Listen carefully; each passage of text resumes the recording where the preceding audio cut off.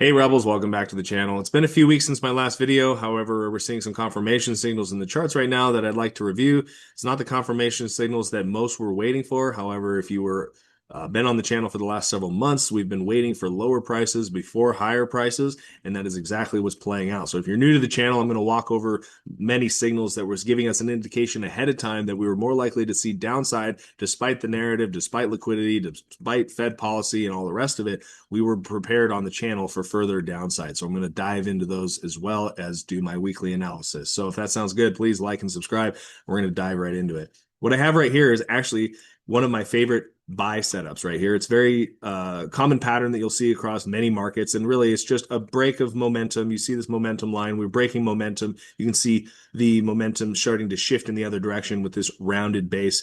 A lot of times what will happen is we will come back down for a retest of this cut pattern before we see higher prices. The problem with this pattern, unfortunately, is that this is actually an inverted scale of Bitcoin. So we've been talking about many layers of weakness. This is just a pattern that develops during tops, during bottoms, and we're starting to see that breakdown in a further way. Effectively, my confirmation for a further breakdown was effectively a break of this swing. That's not what we wanted to see. That is something that was definitely a huge sign of weakness. We've been talking about Bitcoin being in this either accumulation or distribution zone. Effectively, anything in this range, nothing really exciting to talk about.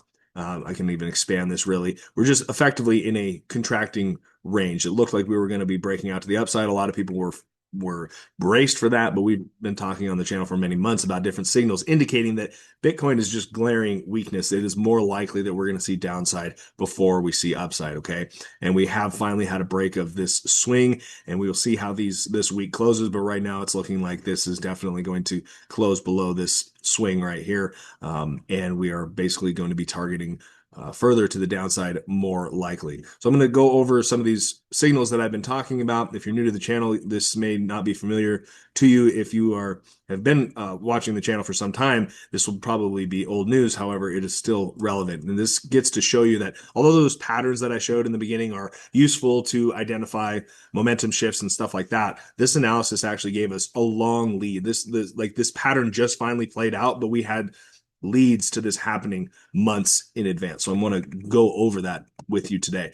One of the first signals was seeing higher highs in Bitcoin, but we were seeing divergences in both the sentiment and the USDT market cap. So I'll review that. While we see higher prices in Bitcoin, we were actually starting to see the sentiment wane. This is a divergence between price and sentiment. You would think that higher prices should yield more excitement or at least equal excitement, but you can just see that the excitement was waning during that period. At the same time, you were seeing a higher low in the USDT dominance, which is actually indicating that although prices are higher, behind the scenes, quietly, more money is actually going back into the dollar. If this was a bull market continuing, you would continue to see lower lows as the bull market progresses. However, we saw the same thing this bull market where we did see higher prices for Bitcoin, but we started to form a higher low in the USDT dominance, indicating that behind the scenes, quietly, while everybody is excited for higher prices, more money is actually returning to the dollar despite the marginally higher prices in Bitcoin. Again, we also saw the sentiment fading. So that was a divergence there. This gave us an indication weeks and months ahead of time that things were not necessarily looking the greatest. So the other indicators that we had here, 3 days down. I'm not going to go into these indicators, but I'm just going to pinpoint them and show you what typically happens after these times. So right here, we have a 3-day down signal. We also had a 3-day and a 3-month down signal here. So 3 days down, you can see how the market reacted. 3 days down, you can see how the market reacted. 3 days down, you can see how the market reacted. And then during these periods, we had 3 months to the downside, or excuse me, 3 red months.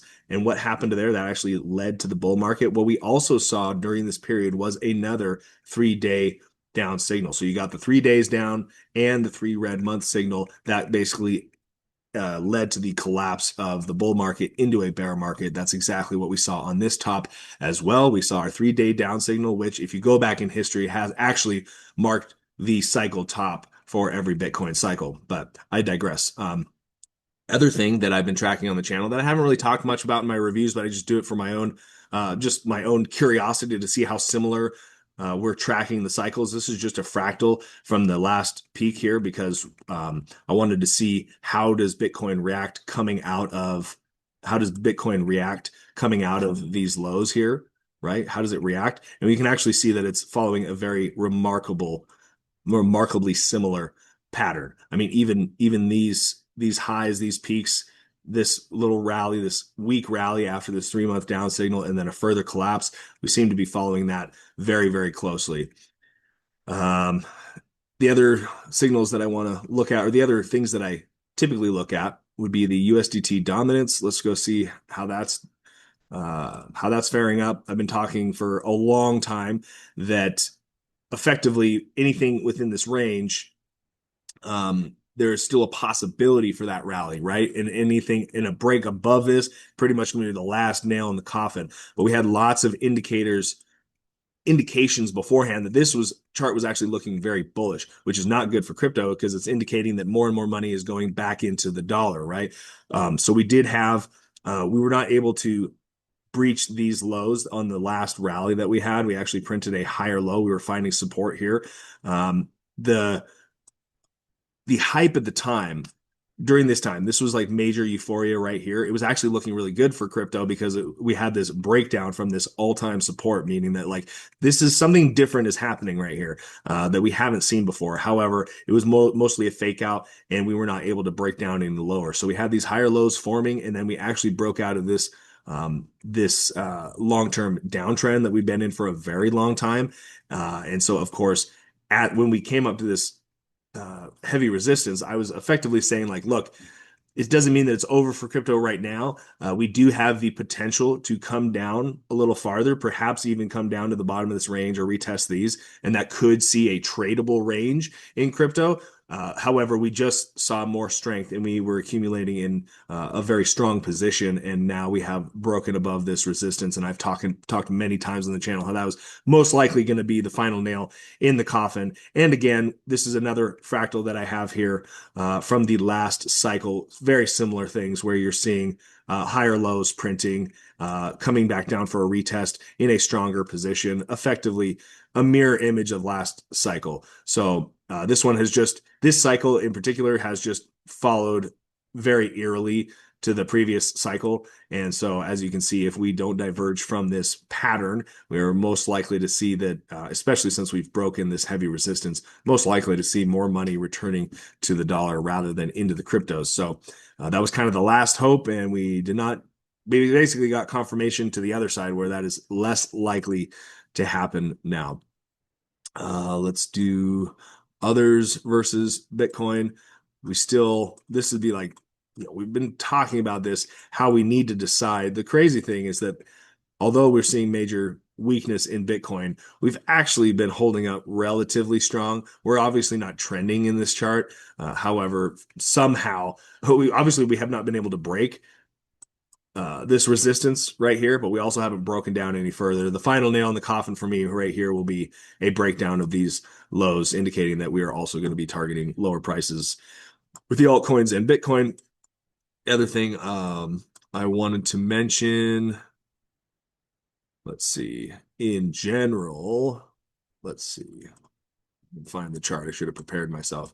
Yeah, the other unfortunate thing is if you look at the total crypto market versus Bitcoin, the unfortunate thing here is that over the cycles, we've actually seen this form lower highs, meaning that despite the excitement in the altcoin space, we have been printing lower highs. So Bitcoin is looking to most likely be the stronger asset in the long term. There's possibility, I won't get super into this. I am kind of going on a tangent here, but there is a possibility of this breaking out in a larger way in, many, many years in the future. But subtly behind the scenes, the charts have been telling us that like there's just less and less interest in crypto, despite the narrative and the hype and all the moon boys and everybody else promising higher prices. Well, the charts are just telling us that that's less likely to happen. So as far as the total three versus Bitcoin, we've been waiting for this rally effectively. This is what I've been discussing on the channel where, that altcoin season that everybody's been waiting for. Well, this is represented in the chart where you have a seasonal weakness in October and then typically like a five-wave structure to the upside where altcoins massively outperform Bitcoin. And then we go into a huge bear market where they lose all their value to Bitcoin and they give it all back. That happened last cycle as well. And then we had this fake out well, not even last, in like, I think 2024 we had a false start in October that didn't go anywhere, so we had like a 1 year drag. And that's where everybody started at this point. When this didn't happen, everybody started talking, oh, now it's a 5 year cycle. It was a 4 year cycle, now it's a 5 year cycle because of the refinance cycle and all the rest of it.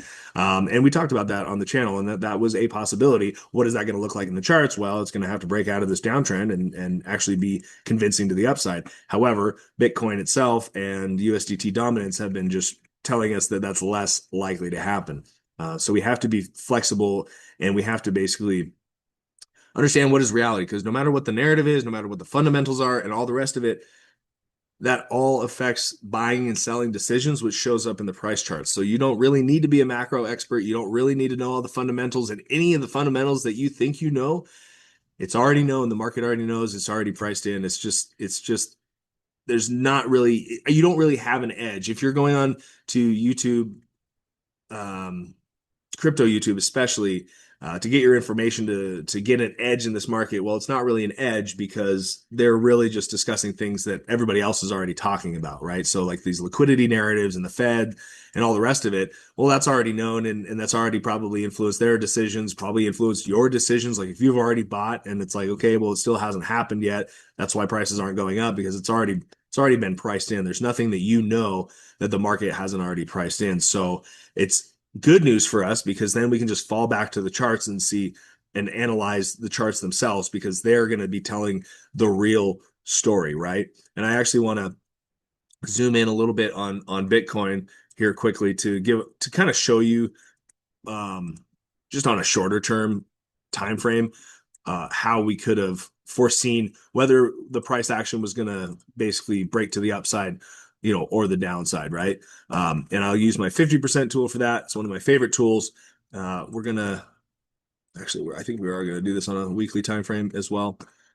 I use this all the time on the channel, but if you're unaware, it's Fibonacci tool with settings 0.5 and 1, gives us an objective measure of strength and weakness, right? And so anything in the top half is strong, anything in the bottom half is weak. So as you were measuring this rally as it was happening, you just basically measure from the low to the high. And as you can see, it was actually holding above its 50% level. These were signs that, in the shorter term, because it was holding this 50% level, and it was price was always able to come back and hold ground in a stronger half, that it increased the chances that you would see higher prices than lower prices, right? And that's exactly what happened in the short term, because you have to keep in mind your time frames when you're doing this. You're measuring a very short time frame. So yes, we could see higher prices, and so you may be tempted to think like, okay, great, the bottom is in and we're on to higher prices from here, and the cycle continues and another like higher. However, if we just take this out a bit further,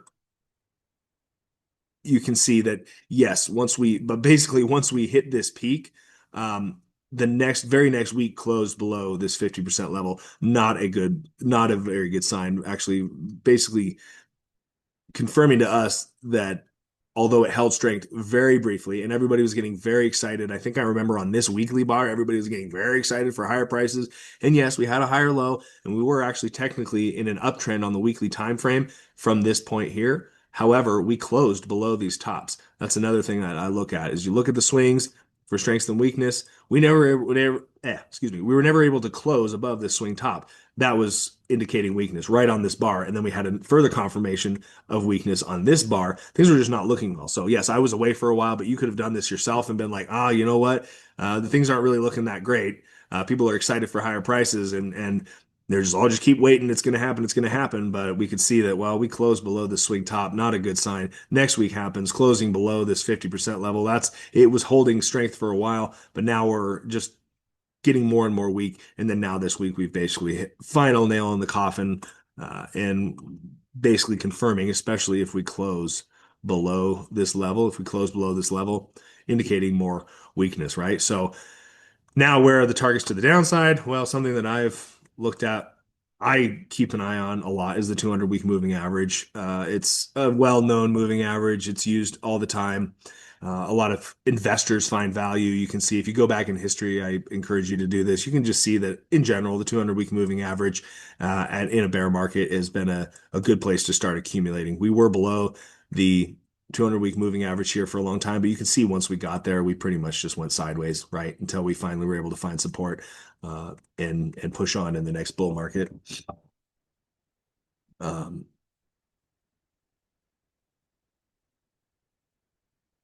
and so anyway, that would be one of my targets to the downside. The last chart that I will find here is the total three. I can find it here. Yeah, total three market cap. Been talking about this one for a while. We've broken several momentum lines, so I'm actually just going to delete those. Well, definitely in a position of weakness from this low to these highs, just not able to hold above this level, breaking down into more weakness. And we have this double top in play. That's the last thing that I'm going to show. And if this top plays out, we have some targets to the downside. Um, Looking very weak effectively. We've had some leads actually. We've actually had some leads of further breakdown because we were not able to hold this 50% level. If this double top was to play out, we would have wanted to not to play out rather than we would have wanted it to accumulate in this stronger half. And anyway, I got to get going, guys. I'm just kind of wrapping this up a little bit. Targets to the downside, we'll be tracking that in the next couple weeks. And then, of course, the exchange volume, the very last thing, has been dire this whole time. Been saying that rallies are not to be trusted, and that's effectively played out again. We have had this increased volume, but increased volume with prices to the downside, not a good sign. So that's where I'm going to wrap it up. Effectively, if you're new to the channel, welcome. This is the type of analysis that I do. It's been the analysis that's kept us on the right side of the market the entire time. Effectively, I was able to get out of the market here at 108. Once price broke structure here, I was actually able to get out of the market here. And it's basically been further downside ever since. And if you've been following the channel, we've been talking about all these different various reasons that despite the narrative, we've been seeing weakness. We can prepare ourselves. Prices going down is not a bad thing. And it just is the way it is. Prices go up, prices go down. How can we take advantage of the trend? And how can we prepare ourselves for the next bull market even? So if we are entering a bear market, seems like that's what we've been talking about. Most likely are in a bear market right now. Well, that's not bad news. That means that we have an opportunity to accumulate cash right now so that when the time does come and the markets are favorable for another bull market, another push higher, then we can start putting our capital to use and take advantage of that uptrend while everybody else thinks that it's all over, right? So anyhow, thanks for watching and we'll see you next time, guys. Thanks.